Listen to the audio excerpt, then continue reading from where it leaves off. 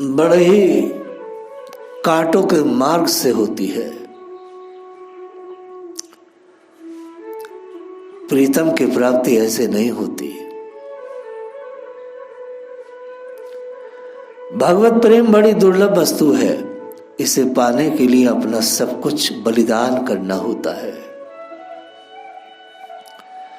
भक्तों को बड़ी कठोर परीक्षाओं में होकर निकलना होता है। भैया, बिना तपाए स्वर्ण भी कांति भी तो नहीं आती। सोना कहां निखरता है बिना जलाए। प्रहलाद जी, गोपीजन, मीरा आदि सभी भक्तों को क्या क्या कष्ट नहीं सहने पड़े।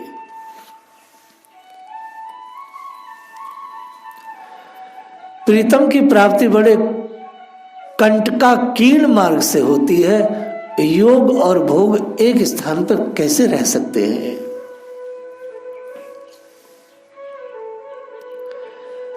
अतः सच्चे प्रेमी इन आपत्तियों को नजर नहीं करते, इनकी परवाह नहीं किया करते।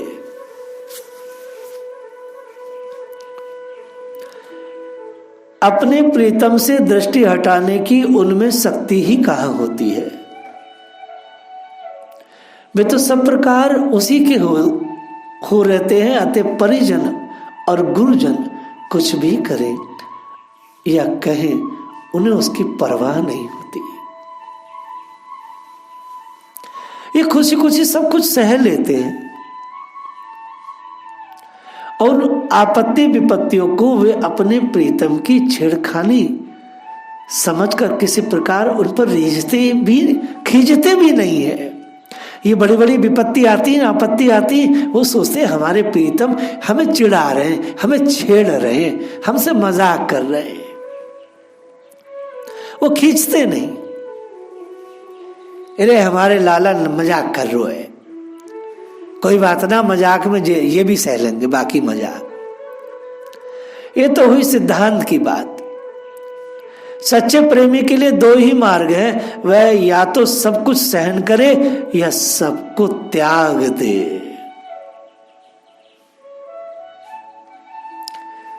दो ही मार्ग है भैया। यदि ऐसा करने की अपनी शक्ति ना हो तो युक्ति से काम लेना चाहिए। देखो, बात समझ लो, दो ही मार्ग हैं, या तो सहन करे या तो त्याग दे। अब सहन करने की भी ताकत ना है, त्यागने की भी ताकत ना है। इसका उपाय है नाम जप, सत्संग, भगवत सेवा के भाव से जीव मात्र की प्रेम पूर्वक सेवा, जैसे महात्मा जन करते हैं, जैसे बड़े बड़े लोग चैरिटेबल चलाते हैं कि भाई ये चैरिटी है, इसमें जो है हम सेवाएं कर रहे हैं दीन दुखियों की। भगवान की दया एवं करुणा से प्रेरित लीला कथाओं का श्रवण पठन आदि। यदि बाह्य पूजा पाठ से घर वालों को अप्रसन्नता होती है तो ना सही, आपके हृदय में तो भगवान है ना। हृदय के भगवान से प्रेम करो, उस प्रेम को कौन छीनेगा। आप हृदय से ही उनका चिंतन करें। जब अवकाश मिले तब कातार कंठ से उनकी प्रार्थना करें। हिरण्यकशिपु की पत्नी, प्रहलाद जी की माता कयादु भगवान की ऐसी प्रेमी थी कि ठाकुर जी को अपने सिंदूर की डिब्बी में रखती। जब सिंदूर लगाती तो भगवान को के दर्शन भी कर लेती। क्योंकि पति क्रोधी था ना, विष्णु का विग्रह कैसे रखने दे। तो हिरण्यकशिपु के घर में उसकी प्रिय पत्नी के सिंदूर के डिब्बे में ठाकुर जी विराजे हैं। ये तो प्रेम की बात है भैया। और एक बात बताएं, इस प्रेम पथ पर बिरला ही चल सकता है। भगवान के प्रेम को प्राप्त करना सहज बात नहीं। प्रेम मुंह की चीज नहीं। प्रेम की बातें बनाने वाले बहुत मिल सकते हैं, पर प्रेम के पथ पर कोई बिरला वीर ही चल सकता है। ये बातें बड़ी बनती है।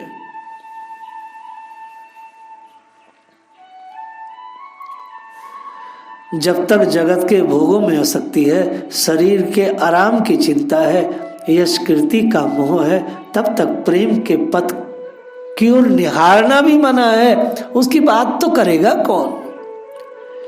प्रेम के मार्ग पर वही वीर चल सकता है जिसने वैराग्य के दावानल में विषयासक्ति को सदा के लिए जला डाला हो। मैं वैराग्य शब्द बड़ा यूज करता हूं तो बिंदा को बड़ा हंसी आती, महाराज वैराग्य के पीछे लगे हैं। मीरा जी ने कहा, चुनरी के किए टूक ओढ़ लई लोई, मोती मूंगे उतार बनमाला पोई है। चुनरी के किए टूक ओढ़ लई लोई, मोती मूंगे उतार बनमाला पोई। ये बड़ा सुंदर पद है उनका। अब मैं मूंगे मोती नहीं पहनती, मैंने तो बनमाला पहनी है।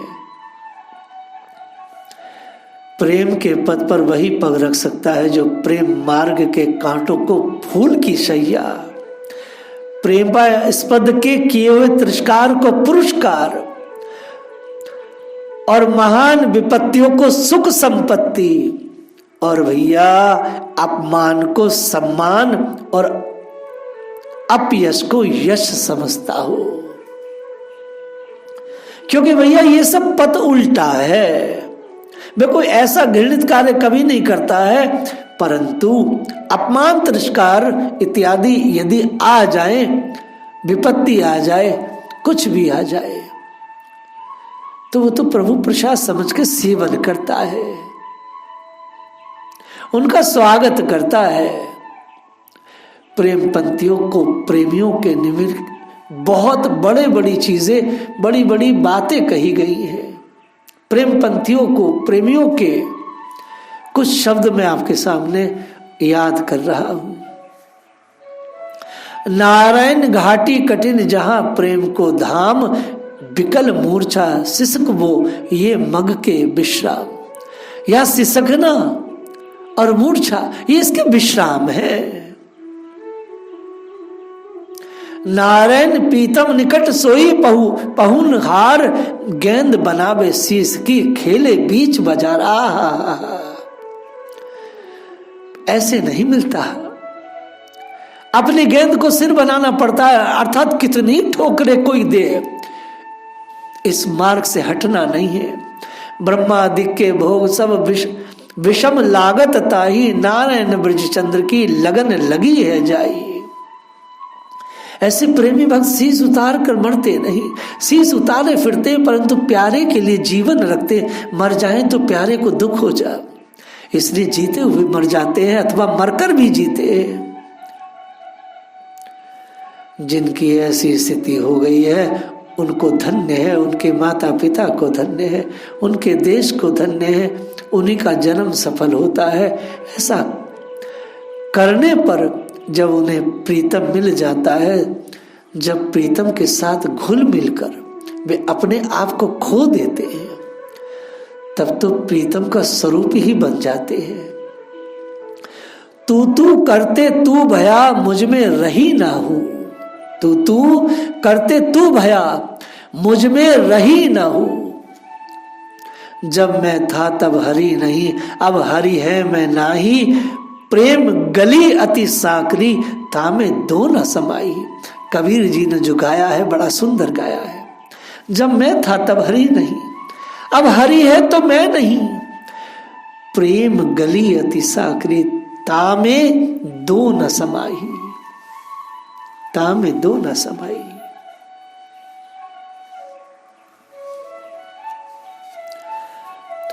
हम राधा कृष्ण प्रेम तत्व पर कितने दिनों से चर्चा कर रहे हैं।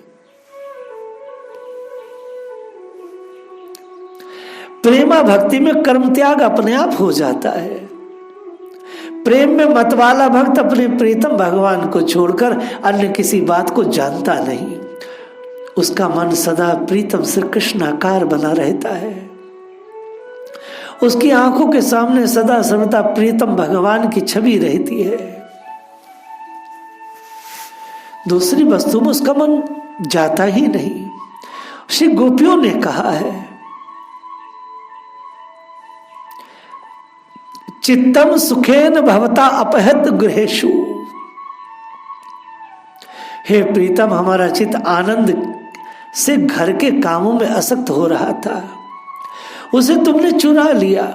हमारे हाथ घर के कामों में लगे थे, वे भी चेष्टाहीन हो गए, और हमारे पैर भी तुम्हारे पाद पद्मों को छोड़कर एक पग भी हटना नहीं चाहते हैं। हम घर कैसे जाएं? जाकर करेंगे भी तो क्या वहां?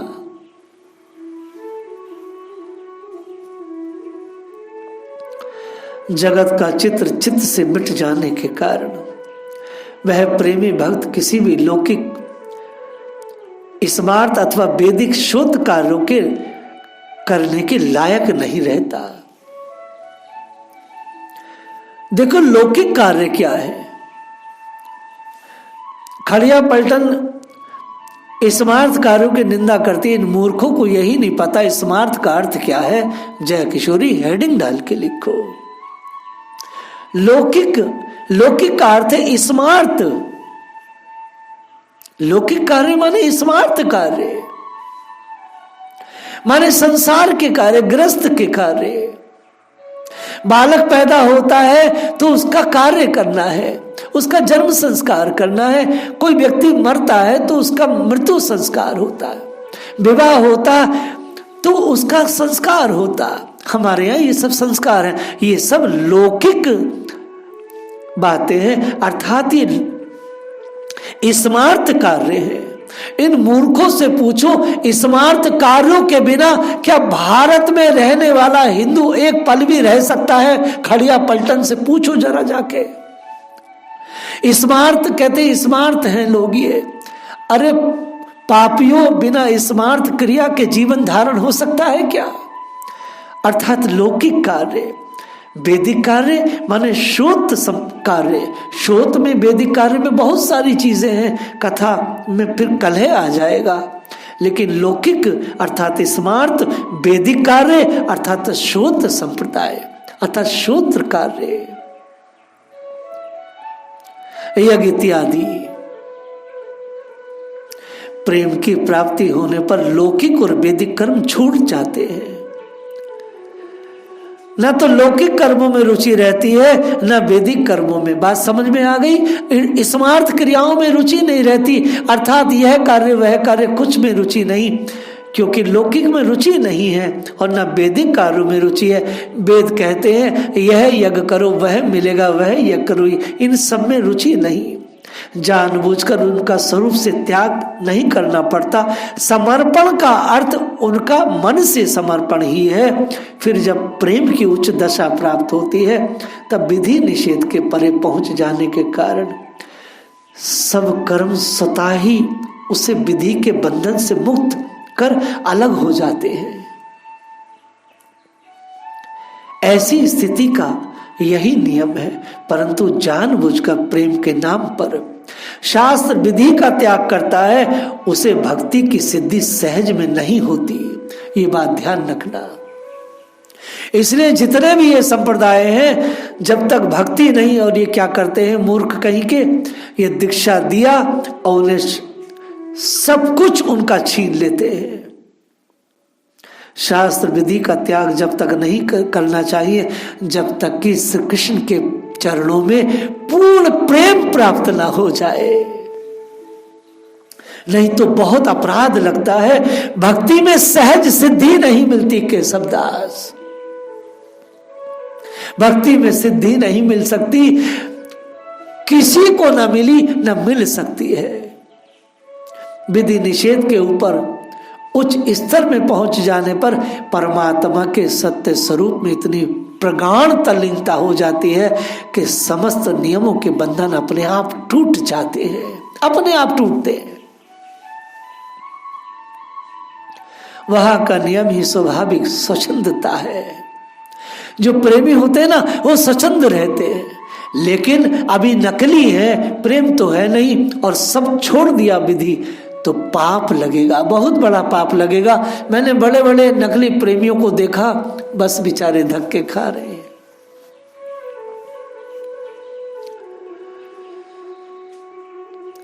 परंतु उस स्थिति के पहले जानबूझकर शास्त्र और सदाचार के आवश्यक बंधनों को तोड़ने वाले की तो वही दशा होती है जो नदी के उस पार भूमि पर उतरे हुए पथिक की देखा देखी नदी के बीच धारा में नौका को छोड़ देने वाले की होती है।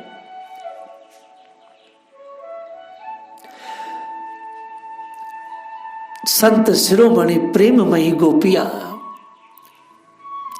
संतों के शिरोमणि जितने संत हैं उनमें गोपियां संत शिरोमणि है। उनके संबंध में श्री उद्धव जी कहते हैं, असामहो चरणेन रेणु जुषा महम युष्या वृंदावने किमपि गुलमतोषधीना। अहो इन गोपियों की चरण रज का सेवन करने वाली वृंदावन में उत्पन्न हुई गुलम लता औषधियों में से कुछ भी मैं हो जाऊं जिससे इन महाभागाओं की चरण रज मुझे प्राप्त हो, क्योंकि इन गोपियों ने बहुत कठिनता से त्याग किए। जाने वाले स्वजनों को आर्य पद को त्याग कर भगवान मुकुंद के मार्ग को पाया है, जिसको श्रुतियां अनादिकाल से खोज रही हैं परंतु पाती नहीं है। ये जो आर्य पथ त्याग उन कृष्णमयी गोपिकाओं के द्वारा हो सकता है और किसी से हो ही नहीं सकता है। घर संसार की दुस्तिज ममता को समता छोड़कर समस्त मोहों के पर्दों को फाड़कर अनन्य रूप से सब था सर्वदा सर्वत्र मुरली मनोहर कृष्ण में ही रमण करती थी। जिनका जीवन प्रत्येक क्षण भगवान में रमण करने के लिए ही सुरक्षित है, उन नित्य परमात्मा योग में अखंड रूप से स्थित गोपीजनों की दिव्य लीलाओं की नकल करने वाले विषयी मनुष्य तो गहरे पतन के समुद्र में गिरकर डूबते ही हैं। जो विषयासक्त है वो गोपियों की नकल कैसे कर सकता है भाई? अगर गोपियों की नकल विषयासक्त व्यक्ति करेगा तो पतन निश्चित है, पतन निश्चित है।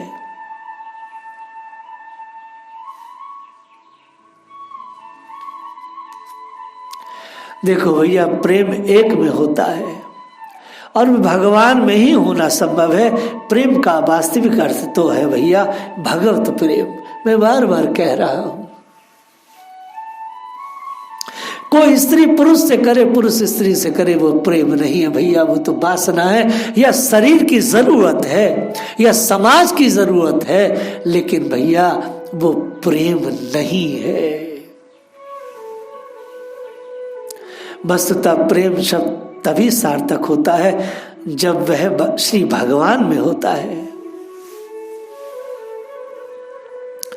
विशुद्ध प्रेम, निस्वार्थ प्रेम, उज्जवल प्रेम जब होगा तब भगवान में ही होगा, और ऐसा होने पर सारा ममत्व सब ओर से सिमट कर एक भगवान में ही लग जाता है।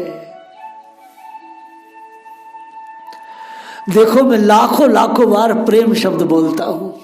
भगवान मेरे इस प्रेम शब्द की लाज रखे, मेरे प्रभु आचरण से मुझे पवित्र करे हमेशा। जब भगवान के प्रति प्रेम होने लगता है तब दूसरी समस्त वस्तुओं से प्रेम हटने लगता है। भैया ये नियम है, और प्रेम हो जाने पर तो प्रेमी सबकी सुधि ही भूल जाता है। वह तो प्रेम ही कहता है, प्रेम ही सुनता है, प्रेम ही देखता है, और चारों ओर से प्रेम ही प्रेम का अनुभव करता है।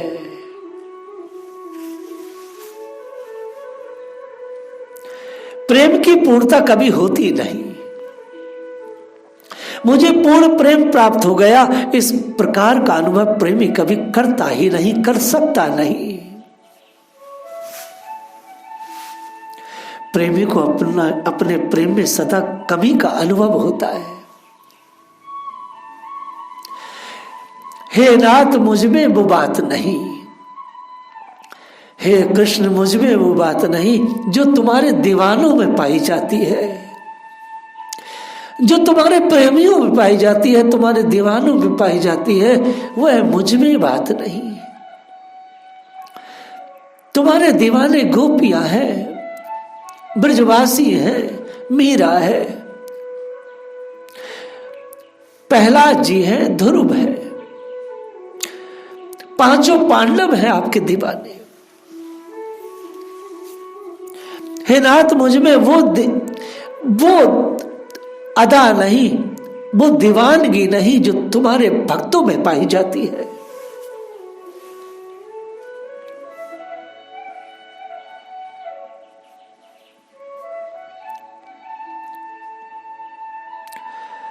प्रेमी को अपने प्रेम में सदा कमी का अनुभव होता है। प्रेम की कोई सीमा नहीं, प्रेम प्रति क्षण बढ़ता है, निरंतर बढ़ते रहना उसका स्वभाव है, उसका स्वरूप है। यहां तक कहें भैया, प्रेम कहीं भी रुकता नहीं। प्रेम में सब कुछ अर्पण हो जाता है, यहां तक कि प्रेमी स्वयं भी प्रेमास्पद के अर्पित हो जाता है। संपूर्ण त्याग, संपूर्ण समर्पण ही प्रेम का स्वभाव है, प्रेम की अदा है। जो प्रेम दूसरी वस्तु में बटा है, जो प्रेम संसार में बटा है, जो प्रेम मां में बटा है, पिता में बटा है, पुत्र में बटा है, पुत्री में बटा है, वह प्रेम वस्तुतः है ही नहीं, कुछ और है।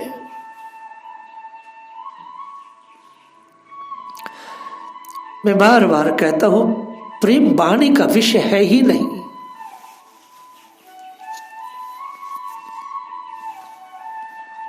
प्रेम रहता है मन में, और मन अपने वश में रहता नहीं, वह रहता है प्रेमास्पद के वश में। प्रेम का यह साधारण सा नियम है, बिल्कुल साधारण सा।